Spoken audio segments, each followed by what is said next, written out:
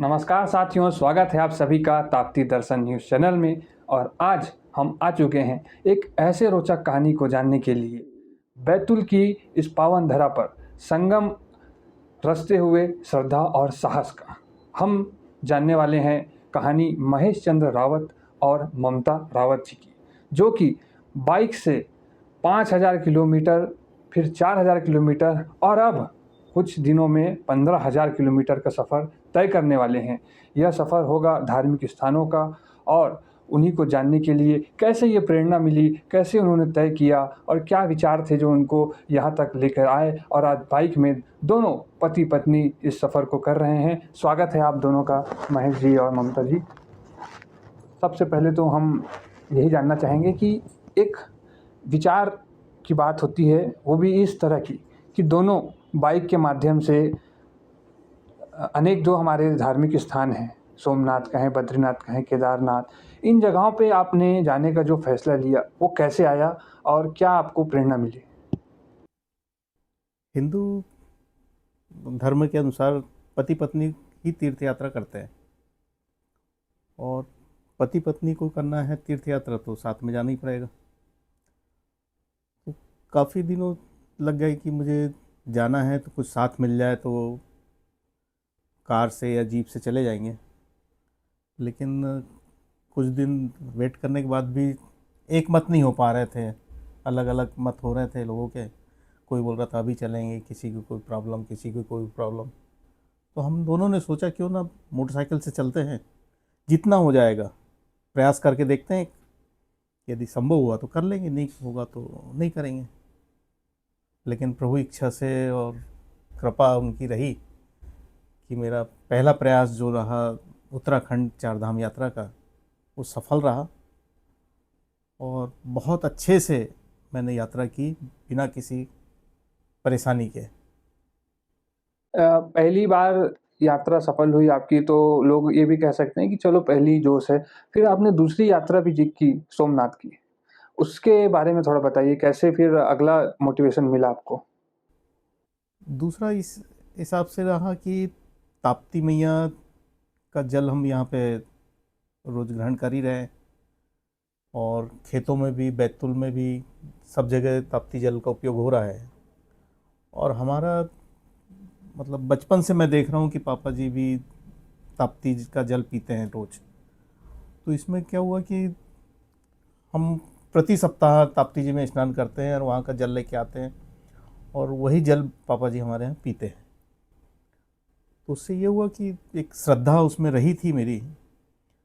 फिर मुल्ताई से पता लगा कि कुछ लोग पदयात्रा करते हैं ताप्ती परिक्रमा की। तो हमने फिर विचार किया दोनों ने कि हम भी परिक्रमा करें, लेकिन पैदल हमारे लिए संभव नहीं था।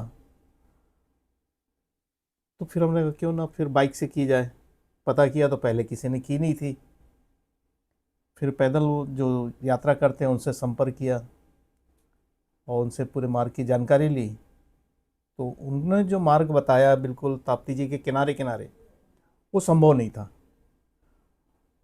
तो इसलिए फिर हमने ताप्ती जी को गूगल पे सर्च किया और उनके किनारे किनारे चलना चालू किया, और जो रूट हमको पास में लगा उस रूट से हम चलते रहे और हमारी यात्रा सफल रही। और फिर हम क्या सूरत गए।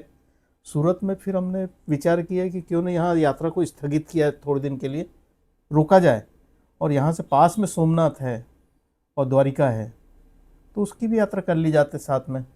तो सूरत से ही हमारा प्लान फिर चेंज हुआ।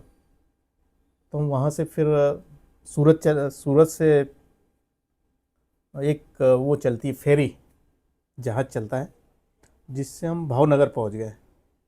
तो भावनगर तक हमने जहाज़ का सफ़र किया, जिसमें बाइक भी उसी में रखी थी हमारी, और हम लोग भी बैठ गए, उस भावनगर उतर गए।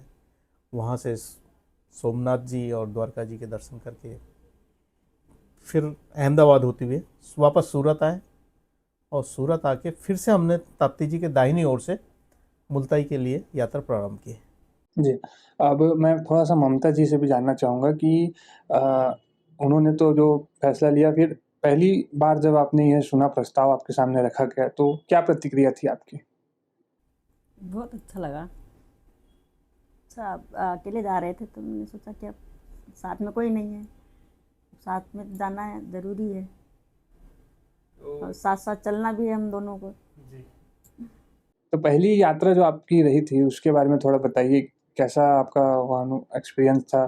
क्या कठिनाई कुछ आई थी आपको पहली बार बाइक से इतना लंबा सफ़र? ज़्यादा कठिनाई नहीं आई, मतलब ऐसे ज़्यादा कोई प्रॉब्लम नहीं आई, बस बढ़िया ठीक से चले गए हम।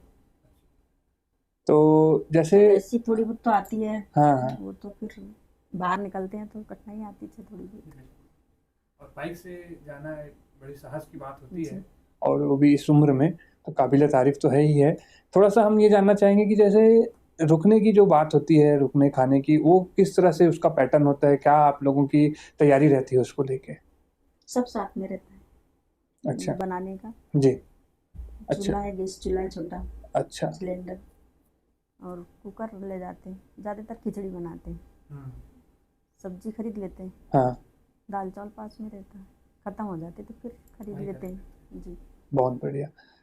महेश जी, थोड़ा-सा हम ये भी जानना चाहेंगे। कहीं भंडारा मिल जाता है, हाँ, कहीं मंदिर में प्रसादी मिल जाती है। जी। पूर्ण रूप से ये धार्मिक यात्रा आपकी जी। एकदम सात्विक रहती है। जी। तो महेश जी, मैं एक छोटा-सा ये जानना चाहूँगा, हमारे दर्शक भी इच्छुक होंगे कि कौन-सी बाइक आप यूज़ करते हैं इस यात्रा में? मैं बजाज एवेंजर बाइक यूज़ करता हूँ, 220 सीसी की। दोनों यात्रा आपने उसमें की? जी, उसी से करता हूँ। और अब ये तीसरा यात्रा भी आपका उसी में उसी है? बाइक से है, 220 एवेंजर। जी। और रुकने के लिए क्या रहता है? आप कहाँ रुकते हैं? पहली यात्रा जो मेरी उत्तराखंड की थी, उसमें तो ऐसी कोई व्यवस्था नहीं थी, तो होटल और का ही सहारा था, भोजन भी होटल में ही था। लेकिन दूसरी बार जो यात्रा की मैंने ताप्ती जी की और सोमनाथ और द्वारका जी की, उसमें प्रयास किया मैंने कि होटल में ना किया जाए, और होटल में रुका भी ना जाए, और होटल का कोई चाय भी ना पी जाए, क्योंकि हम धार्मिक यात्रा में थे। तो संकल्प तो नहीं था, लेकिन प्रयास करने का काम किया मैंने, और वो प्रयास मेरा सफल रहा। तो हम लोगों ने गाड़ी पर ही वो रखा था, साथ में गैस, छोटा जो गैस आता है एकदम मिनी, और उसके 2 बोतल रख ली थी जो थी 200 ग्राम की, और उसमें हमारा लगभग 15-16 दिन भोजन बन गया था। तो चाय वगैरह भी हम उसी में स्वयं बनाते थे, और कुछ जगह पे भंडारा वगैरह मंदिर का जो रहता है उसमें भी लिया। और रुकने की व्यवस्था ये रही कि कहीं मंदिर, कहीं धर्मशाला, या कोई किसी के घर पे भी रुके हैं कभी 1-2 बार। और पहली बार की जो यात्रा रही थी उसमें गैस सिलेंडर वगैरह ऐसा नहीं था? उस बार में नहीं था, पहली बार में। दूसरी बार में ही ऐसा आपने निर्णय हाँ, लिया? दूसरी बार में ऐसा किया, और इस बार भी प्रयास करेंगे कि होटलिंग ना करें। एक और जिज्ञासा आती है मन में कि जो मुख्य जो सवाल होता है ऐसे यात्रा में जाने के लिए, खर्चा जी। कितना आ जाता है? एक अनुमानित कुछ हमारे दर्शकों को और हमें भी बताइए। खर्च तो यह है, लगभग 2,000 रुपये पर डे होता है लगभग, जिसमें यह है कि किसी के घर यदि रुक रहे हैं तो उनको भी कुछ दक्षिणा देते हैं, क्योंकि धार्मिक यात्रा में हैं, फ्री में किसी के यहाँ ना रुका जाए। लेकिन ये है कि उनके यहाँ रुकने से हमारा जो मनोबल है, धार्मिकता बनी रहती है, मानसिक रूप से हम, और होटल में वो चीज़ नहीं हो पाती है। या कहीं भंडारा भी कर रहे हैं, में भी भोजन कर रहे हैं, तो वहाँ पे भी कुछ अब दान देकर ही भंडारा लेते हैं। तो ये जो किसी के घर में ऐसा रुकते हैं, तो इसके लिए मतलब आपको कहाँ से आइडिया आया या किसी ने आपको बताया?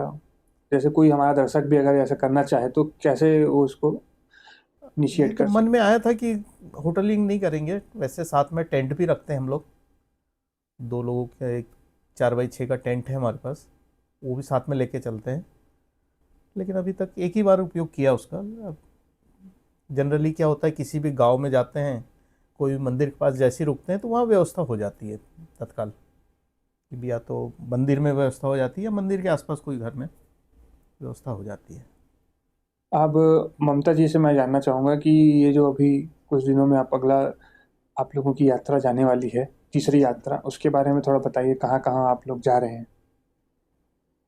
ये अभी बताइए। हाँ ठीक ठीक। अभी हमारे यहाँ से बागेश्वर धाम पहला स्टॉप है जी छतरपुर में, और यहाँ से अयोध्या जी जाएंगे। अयोध्या जी से हम निकलेंगे, जो राम जी का 14 वर्ष का वनवास जो हुआ था, तो राम जी ने जो स्मारक का उपयोग किया था और जहाँ जहाँ वो रुके थे, उन सभी स्थानों पर हम पहुँचे। तो वहाँ से हम पहले प्रयागराज जी जाएंगे, प्रयागराज से चित्रकूट, मैहर, जबलपुर, होशंगाबाद, वहाँ से खंडवा, और फिर हम निकल जाएंगे वहाँ से नासिक, पुणे, फिर कर्नाटक के कुछ स्टेट वो है, ज़िले हैं। कर्नाटक होती हुई फिर तमिलनाडु में मैसूर, कन्याकुमारी और रामेश्वरम तक यात्रा हमारी होगी। फिर वहाँ से जो छत्तीसगढ़ का श्री राम वनगमन पथ है, उसको कवर करते हुए बैतूल वापसी है।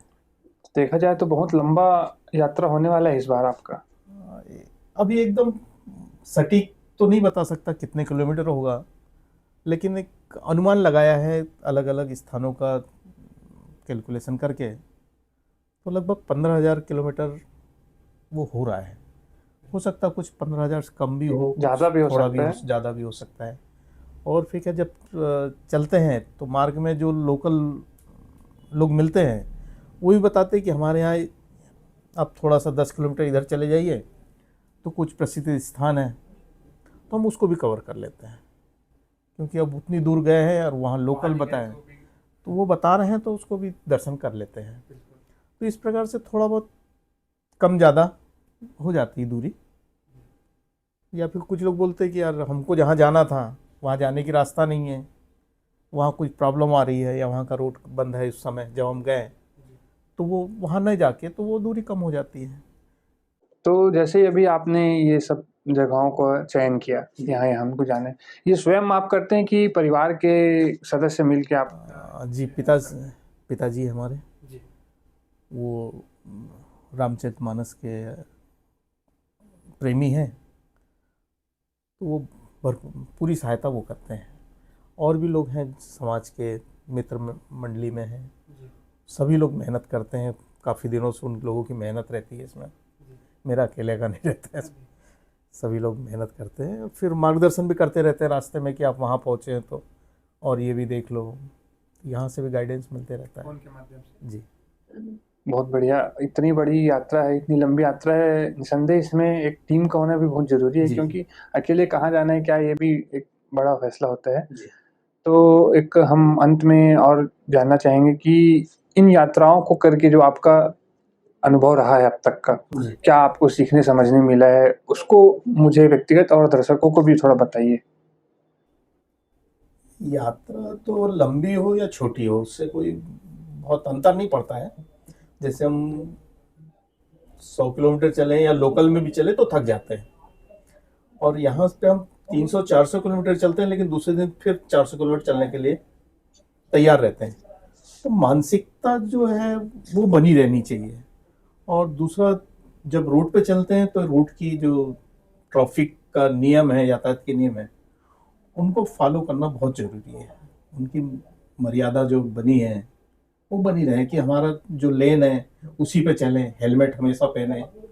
हम दोनों जब भी निकलते हैं तो कंटिन्यू कभी बगैर हेलमेट के तो नहीं चलते हैं, कि गाड़ी चालू कर ली और हेलमेट साइड में रख लिया, हमने पकड़ लिया, ऐसा कभी नहीं करते हैं। पूरा हेलमेट पहन के हैं, उसकी क्लिप लगाते हैं, फिर ही चलते हैं। तो मैं सभी से ये भी निवेदन करूंगा कि कभी कोई बिना हेलमेट के न चले और ट्रैफिक नियमों का उल्लंघन ना करें, तो यात्रा सुरक्षित होती है, उसमें कोई दो मत नहीं है। और हम सुरक्षित रहेंगे तो सामने वाला भी सुरक्षित रहेगा। बिल्कुल। तो नियमों का पालन करते हुए चलते हैं तो उसमें परेशानी नहीं आती है। ममता जी से भी मैं निवेदन करूंगा कि कुछ आप भी अपना विचार रखें हमारे सामने। आपका जो यात्रा हुआ है उससे कुछ आपको सीखने समझने मिला, आपका जो अनुभव रहा वो साझा करें हमारे साथ। जी, वो तो ठीक रहा। जैसे सब लोग ऐसा लगता था कि भाई रात हो गई है तो अच्छे लोग मिलना चाहिए। थोड़ा सा डर सा बना रहता है कि कैसे लोग मिलेंगे, रात हो गई है तो ऐसा लगता है कि भाई अच्छे लोग मिले। भगवान से प्रार्थना करती हूँ कि अच्छे लोग मिले, और मिलते भी थे। जी जहाँ रुके वहाँ अच्छे सब अच्छे लोग मिले। और ऐसी थोड़ी बहुत दिक्कत आई तो वो हल भी हो जाती है। जी ऐसा रहा सब। कुल मिला के लगा मुझे इतनी यात्रा में जी। कि हम अच्छे हैं तो जग अच्छा जग है। अच्छा है, बहुत बढ़िया। घर परिवार में बच्चों का और आपके परिवारजनों का क्या रिएक्शन रहा 2 यात्राओं को और आने वाली यात्राओं को लेके, क्या उनका कहना है? पूरा सपोर्ट उनका मिलता है और उत्साह बढ़ाते हैं वो लोग तो कि ठीक है आपने कर ली, एक यात्रा और कर लो। चलिए बहुत बढ़िया। और हम ताप्ती दर्शन की पूरी टीम आपको बहुत-बहुत बधाई देना चाहेंगे आपकी 2 यात्राओं के लिए, और आने वाली जो यात्रा है उसके लिए शुभकामनाएँ देना चाहेंगे। आपकी यात्रा मंगलमय हो और आपके कीमती समय के लिए बहुत-बहुत धन्यवाद। आपका भी बहुत बहुत धन्यवाद।